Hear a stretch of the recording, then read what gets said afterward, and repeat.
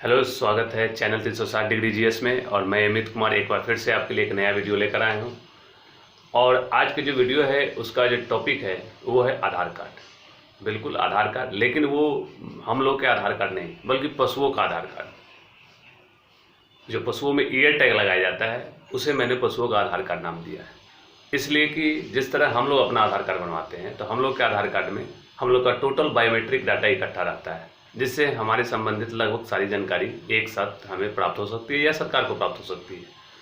इसी तरह पशुओं का जो ईयर टैग है वो उससे भी पशुओं संबंधित सारी जानकारी इकट्ठा किया जा सकता है एक साथ। और सबसे संजोग की बात है कि हम लोग का भी आधार कार्ड 12 अंकों का या 12 डिजिट का होता है। उसी तरह पशुओं का आधार कार्ड भी 12 डिजिट 12 अंकों का होता है। इसलिए मैंने ईयर टैग को पशुओं का आधार कार्ड नाम दिया है। वीडियो स्टार्ट किए होंगे उस समय भी आप देखे होंगे कि मैंने इसी नाम से यह वीडियो बनाया है, पशुओं का आधार कार्ड ईयर टैग।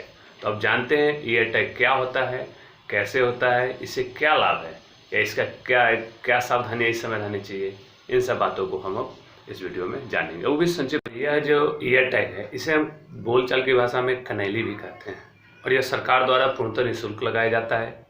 और सरकार इसे पशुओं में निःशुल्क लगाती है और साथ साथ पशुओं को एक स्वास्थ्य कार्ड भी उपलब्ध कराती है और यह पूर्णतः निःशुल्क है।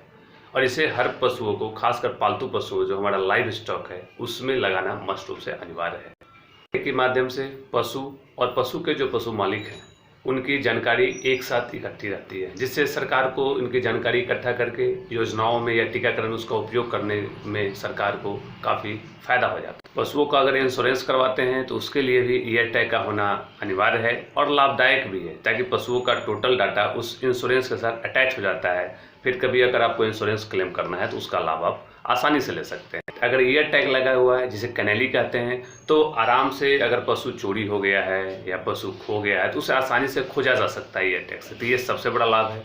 दूसरा लाभ है कि ऑनलाइन इसे आप खरीद या बिक्री करते हैं तो उसमें ईयर टैग के माध्यम से उसका खरीद बिक्री ऑनलाइन आसान हो जाता है।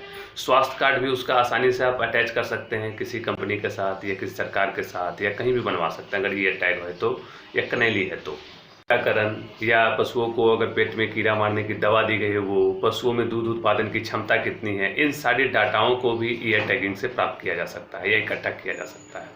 पशुओं के वंशावली का रिकॉर्ड रखने में, पशुओं में अगर कोई जेनेटिक बीमारी है तो उसका डाटा स्टोर रखने में, पशुओं के टोटल टीकाकरण का स्टॉक रखने में, नस्ल सुधार संबंधी अगर कोई डाटा है तो उसको इकट्ठा रखने में, इन सब कार्यों में ईयर टैग का बहुत ही महत्वपूर्ण योगदान होता है। पशुओं को टैगिंग के दौरान टीकाकरण प्रमाण पत्र जो है वह निःशुल्क दिया जाता है। और निःशुल्क देने से ये होता है कि अगला टीकाकरण का डेट क्या होगा, अगला अगर उनको कीड़ा की दवा देनी है तो उसका अगला डेट क्या होगा, यह ऑनलाइन ही टैगिंग से पता चल जाता है। इसके लिए आपको अलग से कोई रिकॉर्ड रखने की ज़रूरत नहीं पड़ती है। तो ये भी टैगिंग का एक फ़ायदा है। सबसे बड़ा फायदा है, जितनी भी सरकारी योजना है या सभी सरकारी योजनाएं जो पशुओं से संबंधित है, उनका लाभ तभी आपको मिल सकता है जब आप पशुओं को ईयर टैगिंग करवाए हुए हैं। किसी भी योजना का अगर लाभ लेना है, और उसके बाद आसान भी हो जाता है क्योंकि सरकार के पास वो डाटा उपलब्ध होता है और किसी भी तरह की सुविधा अगर मिलनी है तो वो सुविधा आपको तुरंत उपलब्ध हो जाएगी। ये सबसे बड़ा फायदा है। और मैंने आपको बताया है कि ईयर टैगिंग जो है वो 12 डिजिट का होता है, 12 अंकों का होता है और सभी लाइव स्टॉक पशुओं के लिए यह अनिवार्य। एक चीज़ सावधानी रखनी है कि जब भी टैगिंग कराना हो, टैगिंग हो रहा हो पशुओं का, तो पशुओं का जहाँ टैगिंग हो रहा हो वह उनके सिर से उनका कान जो है उसकी टोटल लंबाई के बीचों बीच, और बीचों बीच जो गुद्दा वाला हिस्सा है उसमें नस छूट के, वेन छोड़ के वहाँ पर उसकी टैगिंग करवानी चाहिए। और टैगिंग से पहले उस एरिया को आप एंटीसेप्टिक से साफ जरूर करें, जैसे डेटॉल हो, सेवलॉन हो, बायोडीन हो, किसी चीज़ से उसे साफ निश्चित रूप से करें। और टैगिंग जब भी होता है तो ईयर टैगिंग जब पशुओं का होता है तो उसमें टैग का जो 2 पार्ट होते हैं, जब टैगिंग के एक फ्लैग इतना बड़ा चौड़ा हिस्सा होता है और एक उसके पीछे का क्लिप होता है। तो हमेशा जब टैगिंग होता है तो फ्लैग वाला हिस्सा है जिस पर 12 डिजिट अंकित होता है वो चेहरा के सामने यानी कान के सामने वाले भाग पे होता है, और जो उसका मेटल वाला हिस्सा क्लिप जो होता है वो कान के पीछे वाले भाग पे होता है। इस तरह उसका ये टैगिंग किया जाता है। के समय उनके कान में छिद्र होता है तो कभी कभी हो सकता है कि हल्का फुल्का घाव हो जाए, लेकिन वो तुरंत सूख जाता है। अगर फिर भी 2-3 दिन तक घाव रह जाता है तो आप हाइमैक्स मलहम है, टोपीक्योर मलहम है, उसका यूज कर सकते हैं उसकी जगह पर और उसका क्योर कर सकते हैं। बट उसमें ज़्यादा बड़ा घाव होता नहीं है और उसको एंटीसेप्टिक डिटॉल के माध्यम से ही उसे सही कर लिया जाता है। टैग लगाने समय ध्यान रखना है कि पशु को बिना कंट्रोल में किए टैगिंग नहीं करें। हो सकता है जब आप टैगिंग कर रहे हो तो उसे हल्का दर्द होगा ही, जब उसके मांस में छिद्र होगा तो कान में, तो वो जंप करेगा, कूदेगा, तो हो सकता है वो और ज़्यादा चिढ़ा जाए, घटना घट जाए। इसलिए बिना पशु को फुल कंट्रोल में किए उसका टैगिंग नहीं होना चाहिए।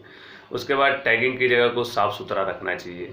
दूसरा, टैगिंग में अगर मेटल वाला पार्ट है, ये पार्ट है, तो मेटल वाला पार्ट अगर टूटा फूटा है तो वैसे टैगिंग नहीं करनी चाहिए। उसके अलावा कान के बीचों बीच जो कान का बड़ा सा हिस्सा जो होता है इतना बड़ा, तो इसके बीच वाले हिस्से में, न कि कान के किनारे वाले या मस्तिष्क से जुड़ा हुआ हिस्सा है वहाँ नहीं दे सकते हैं, ऐसे में नुकसान हो सकता है।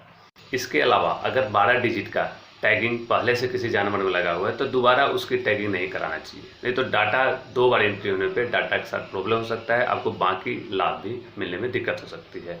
और यह बनता भी नहीं है जनरली, अगर 2 बार चाहें तो। जिस तरह हम लोग का एक बार आधार कार्ड बनने के बाद दूसरा नहीं बनता, उसी तरह। तो ये था पशुओं का ईयर टैग, यानी पशुओं का एक आधार कार्ड की तरह है, उनकी सारा डाटा इसमें इकट्ठी रहती है। तो आपको ये वीडियो कैसा लगा? ये बड़ी यूनिक सब्जेक्ट था, यूनिक विषय था, तो मुझे लगा इस पर जानकारी शेयर करनी चाहिए। गांव घर में आप जाते होंगे तो निश्चित रूप से कई जानवरों के कान में देखते होंगे इसको, तो ज़्यादा से ज़्यादा लोग तो शेयर करें, क्योंकि ये बहुत कम लोग इसके बारे में जानते हैं। तो फिर मिलते हैं अगले वीडियो में, तब तक के लिए धन्यवाद।